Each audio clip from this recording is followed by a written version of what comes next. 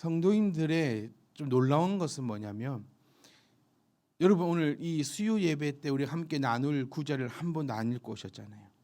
이 얘기도 진짜 한 10년 동안 하는 것 같아요.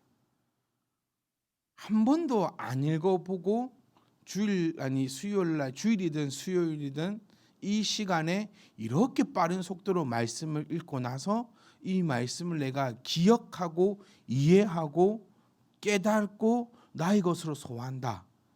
이 정말 돌노심보예요. 그러니까 오늘 이 2절을 통해서도 우리가 제가 어떻게 이거를 또 설명을 해드릴까라는 고민이 많습니다. 우리가 이번에 함께 불렀던 찬양을 보시면 나를 지으신 이가 하나님, 나를 부르신 이도 하나님, 나를 보내신 이도 하나님. 이 정말 좋은 찬양이고 상당히 은혜가 끼치는 찬양인데요. 여기서 우리가 주목해 보고 싶은 것도 있어요. 나를 지으신 이가 하나님이라 하는데 우리는 이 하나님에 대해서 얼마나 알고 있는가라는 것이에요. 오늘 지금 이 본문 말씀을 보시면 하나님과 2절 말씀 한번 끌어가 봅시다. 하나님과 우리 주 예수 이렇게 표현을 합니다. 결론부터 딱 말씀드리면 베드로는 지금 2절과 3절과 4절 이 성경을 통하여서 하나님과 예수님을 분리하지 않고 하나님과 예수님을 하나로 묶는 그 역할을 보여주고 있어요. 그것을 지금 주 목적으로 삼고 있습니다. 그러니까 우리가 성부와 성자와 성령의 삼위일체 하나님을 얘기하고 있고 제1위격, 제2위격, 제3위격 이렇게 해서 이거는 전부 다 성경 신학자들이 만들어낸 단위거든요. 1위격, 2위격, 3위격 막 이런 것들은요. 왜냐하면 우리가 좀 이해하기 쉽고 이렇게 또 만들어놔야 설교자가 또 설교를 할 거 아닙니까? 1위격이라는 단어를 만들어놔야 또 1위격은 하나님이시고 그 막 이렇게 설명을 할 수 있도록 만들어내 놓은 건데 지금 이 베드로후서 이 말씀을 통하여서 지금 하나님과 우리 주 예수를 알므로, 그러니까 보세요. 하나님과 우리 주 예수를 알면은 어떻게 된다는 겁니까? 지금 은혜와 평강이 너희에게 더욱 많을 거다라고 얘기해 주고 있다라는 거예요. 이게 보여야 됩니다. 성경을 읽으실 때 그냥 우리 글자 연습하면 안 된다라는 거예요. 그러니까 제가 서두에도 말씀드렸지만 수요일 날 예배 시간에 요 한 10초 안에 이 성경을 읽어 가지고는 이거 안 보여요. 그러니까 좀 읽어 오세요. 하루에 이 2절밖에 안 되는 거 하루에 한 번 읽을 수 있잖아요. 그것 때문에 주부에 실어 놓거든요. 읽어 보셔야 됩니다. 자, 다시 한번 2절 다시 보세요. 단순히 하나님 우리 주 예수를 믿어 우리 알므로 은혜와 평강이 너에게 더 많을지어다. 그렇구나. 이게 아니라 하나님과 우리 주 예수를 뭐함으로 알아야 된다는 거죠. 알면 우리에게는 은혜와 평강이 너희에게 더욱 많다. 그러니까 원래 우리에게 은혜와 평강이 있다는 겁니다. 지금도 우리는 은혜와 평강 속에서 살아가는 거예요. 왜 무감각해지면 안 됩니다, 여러분. 하늘을 바라보면서 우리는 감사할 수 있는 그 감성은 있어야 돼요. 오늘도 내가 무엇이 잘났길래 이렇게 모여서 수예배를 할 수 있냐라는 거예요. 당연하게 넘어가지 않았으면 좋겠어요. 이게 믿는 자와 믿지 않는 자의 구분입니다. 우리는 대부분 구분되어라고 하면 나이별로 조금 다른데요. 청년들은 대부분 구분되어라 이 얘기를 술 안 먹는 걸로만 자꾸 얘기를 합니다. 나는 회식 자리에 가서 술을 먹지 않아요. 왜냐하면 하나님이 구분되어라고 했기 때문에. 그럼 30대가 되면 또 뭐라고 할까요? 40대가 되면 또 뭐라 할까요? 이 구분된다라는 것은 그런 극한 것만 그런 것들만 나타내고 있는 게 아니에요. 세상 사람들은 오늘 생명 주심이 별로 무감각하게 살아가는데 예수 믿는 우리들은 오늘도 생명 주심에 감사하는 자들이 바로 예수를 믿는 자들입니다. 하늘을 보면서 저 태양이 나한테 안 떨어진 게 얼마나 감사합니까? 이런 세밀하고 이런 것까지도 우리가 발견하고 감사하고 기뻐하고 찬양할 수 있을 때 비록 내 영혼아 찬양하라 라는 그 찬양이 비로소 우리 안에 실천이 된다는 겁니다.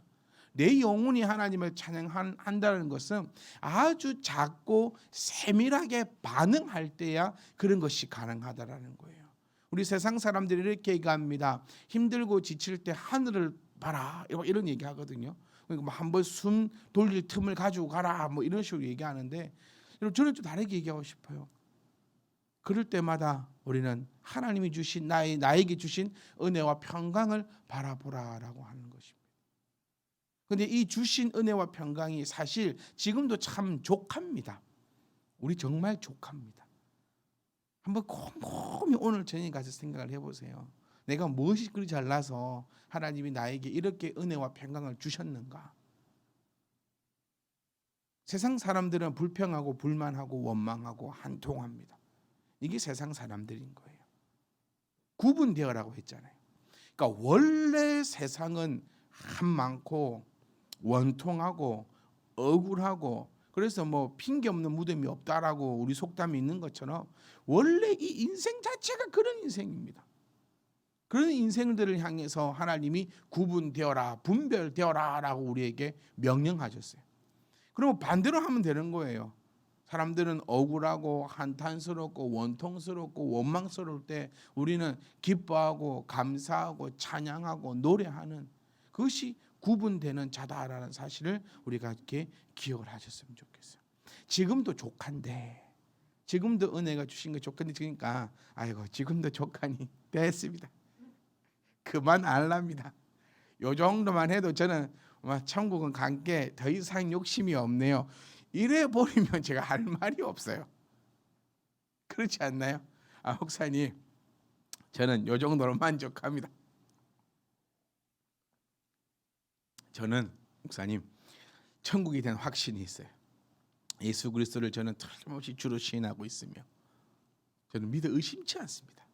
그리고 교회 생활이 너무나 좋고 말씀이 너무나 좋고 또 예배드림이 너무나 기뻐서, 그리고 가정생활도 좋고요. 이 정도면 다 됐습니다. 더 이상 은혜와 평강을 바라지 않으니 그만 알랍니다. 이래 보면은 제가 아직 한 번도 이런 건 당해보지 못해가지고 잘 모르겠는데 하여튼 그리 되면 안 돼요. 제가 말씀드린 것처럼 미움에 만족하지 말자. 그러니까 은혜와 평강이 너에게 더욱 많으려면 이제 우리 주 예수를 알아야 하는데, 이게 이제 좀 재밌는 부분 중에 하나입니다, 여러분. 그냥 압시다 이걸로 끝나면 강해가 아니에요.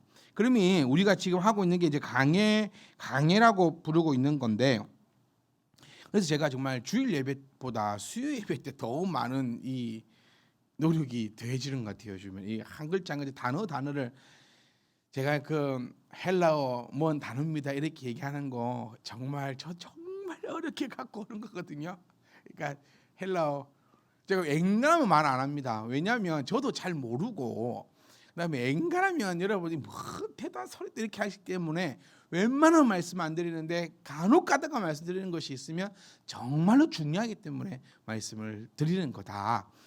자, 그래서 왜 이 말씀을 하냐면 지금 이 헬라어를 한번 말씀을 드려야 합니다. 이 본절에 이제 알브로라는 단어가 나와요. 그러니까 지식을 얘기하는 거죠. 그럼 지식도 어떤 지식이냐라는 것을 우리가 한번 찾아보아야 합니다. 일반적인 지식을 뜻하는 헬라어는요, 그노시스라는 단어가 있습니다. 이거 좀 들어보셨을 수도 있어요. 그노시스, 이거 인문학 할 때 그노시스라는 단어가 제법 나오거든요. 이 그노시스라는 것은 일반적인 지식을 뜻하는 겁니다.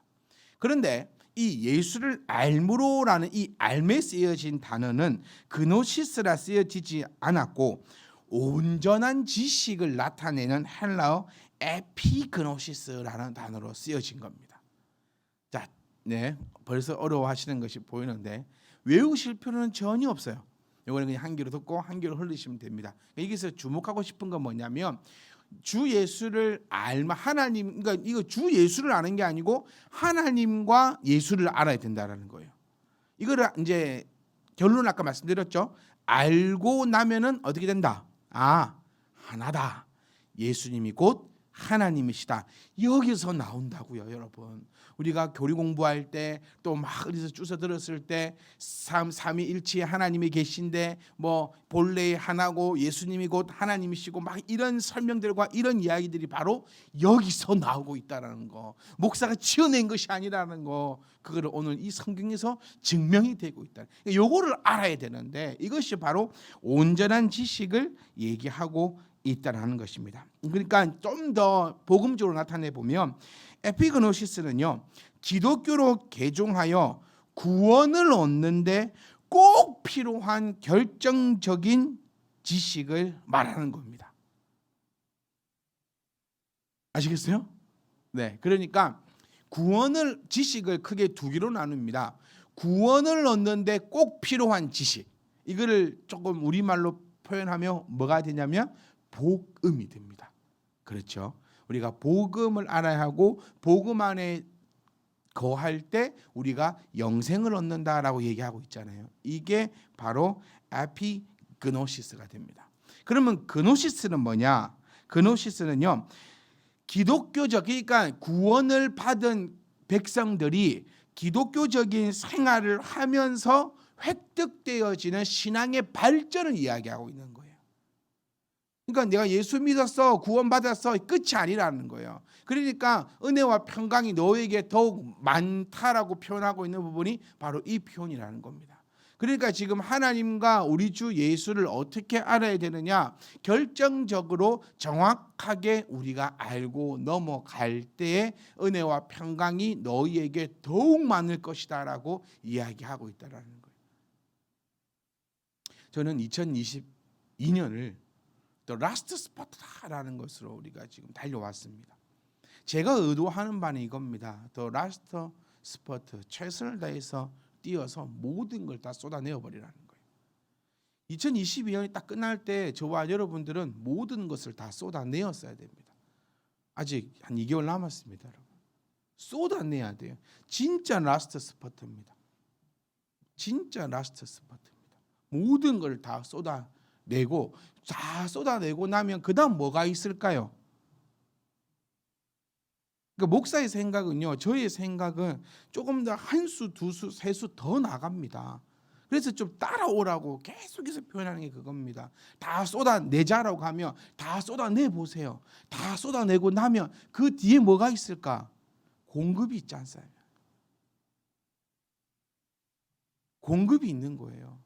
다 쏟아내고 나야 그 다음번에 이제는 휴식과 먹을 것과 이런 것들이 우리에게 놓여진다는 겁니다.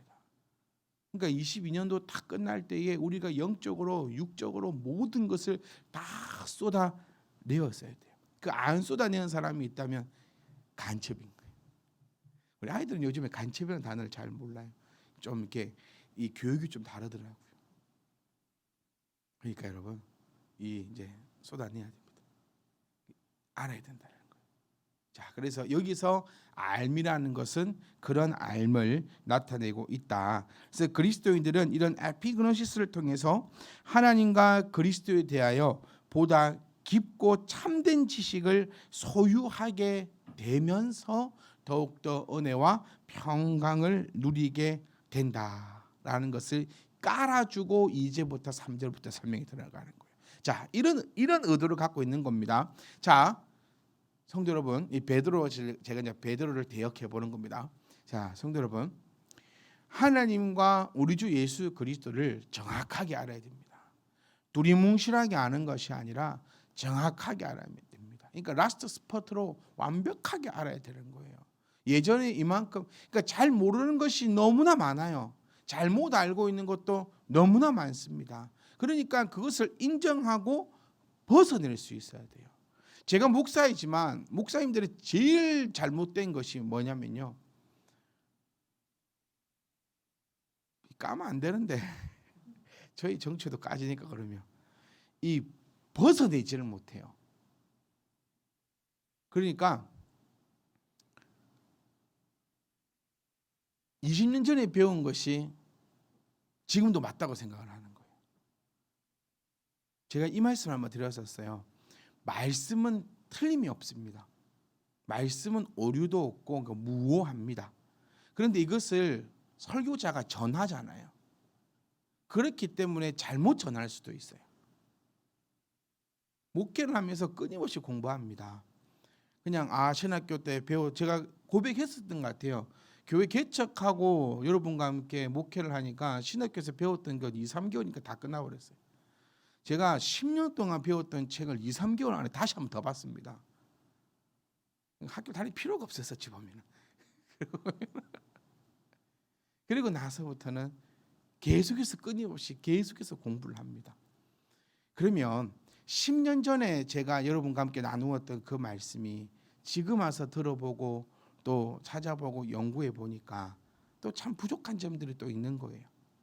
또 어떻게 보면 심각한 오류는 아니지만 그래도 오류적 부분들이 있습니다. 저는 여러분 눈치챘을지 모르겠지만 저는 가끔씩 그런 것들 이렇게 다시금 얘기하고 설명하고 그러고 나가는 경우가 상당히 많아요. 저 또한 마찬가지지만 인정하기가 참 힘들어요. 좀 잘못됐다, 틀렸다. 그때는 맞았지만 지금은 아니다라는 이 단어, 이 사용하기가 상당히 힘든 것이 또 목회자의 이런 세계가 아닐까 싶어요.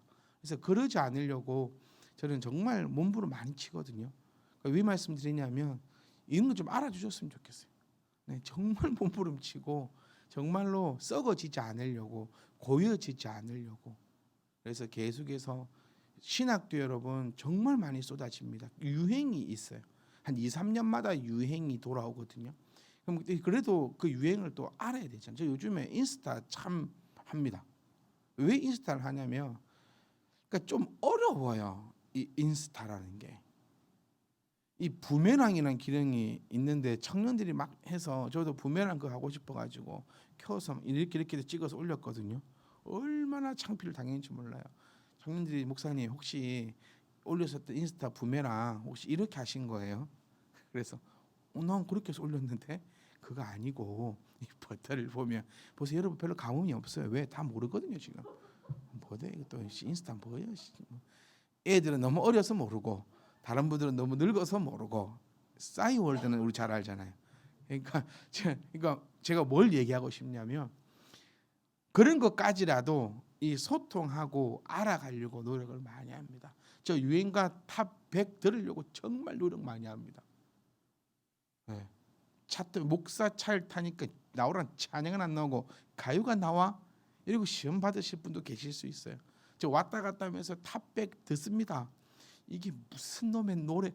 제가 어릴 때 저희 아버지가 제가 듣고 있는 노래 보면서 그렇게 말씀하셨거든요. 이게 무슨 놈의 노래야 막 이러셨는데 제가 요즘 그 노래를 들으면서 이게 무슨 놈의 노래야? 감성도 없고 가사도 알아듣도 못하겠고 뭐 다 먹고 나가고 춤만 추고 앉아 있고 막 그런 소리를 제가 요즘에 하고 있는데 그래도 저는 막 들어요. 왜냐하면 이런 것조차라도 뒤처지고 싶지 않아요. 그러니까 공감하고 싶고 함께하고 싶습니다.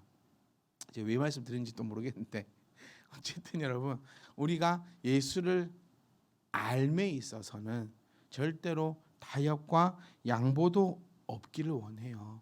그러니까 지금 베드로는요 하나님과 우리 주 예수 그리스도를 너희가 알아야 돼. 그러면 너에게 더욱더 많은 은혜와 평강이 있을 건데 내가 이제부터 알려줄게라고 3절 들어갑니다.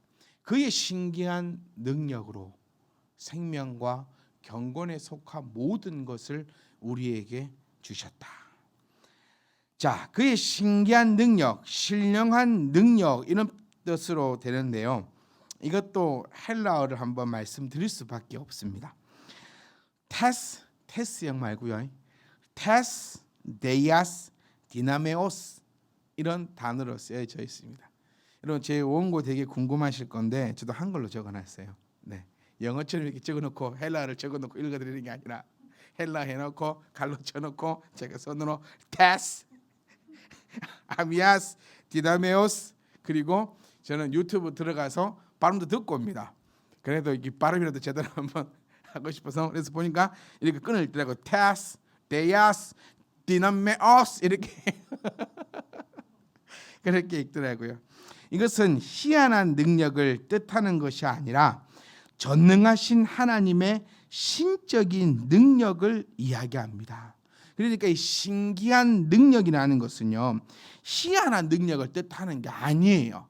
그러니까 우리가 이게 신기한 능력이라 하니까 병자를 막 치료하고 죽은 자를 살리고 이런 능력을 얘기하고 있는 것이 아니라 전능하신 하나님의 신적인 능력을 나타내고 있다라는 것입니다. 즉 이걸 다시 얘기해 보면, 우리가 한번 정리해 보면은 영생, 그러니까 생명에 관한 것들로 우리가 이해할 수 있다라는 것을 우리가 사용해 볼 수 있습니다.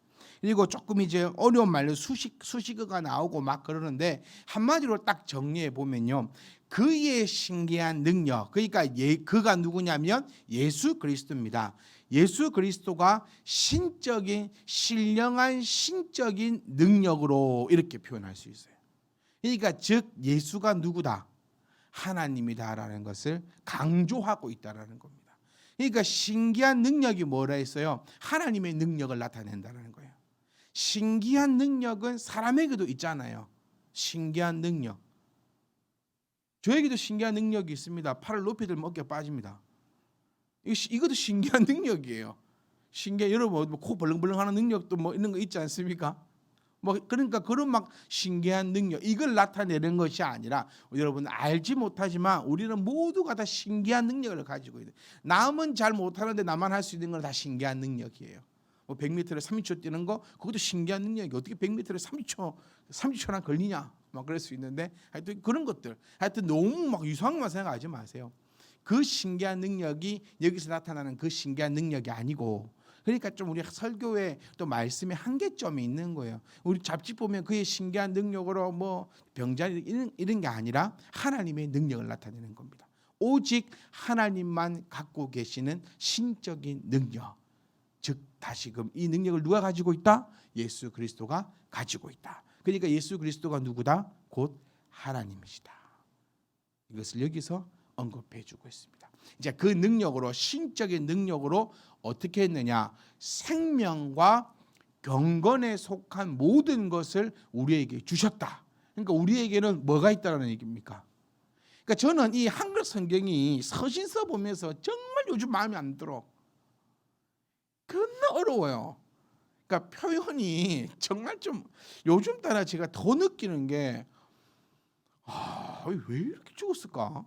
저는 성도님께 조금 추천해드리고 싶은 게, 그 쉬운 성경 있잖아요. 그 한 1,200원이면 어플에서 삽니다.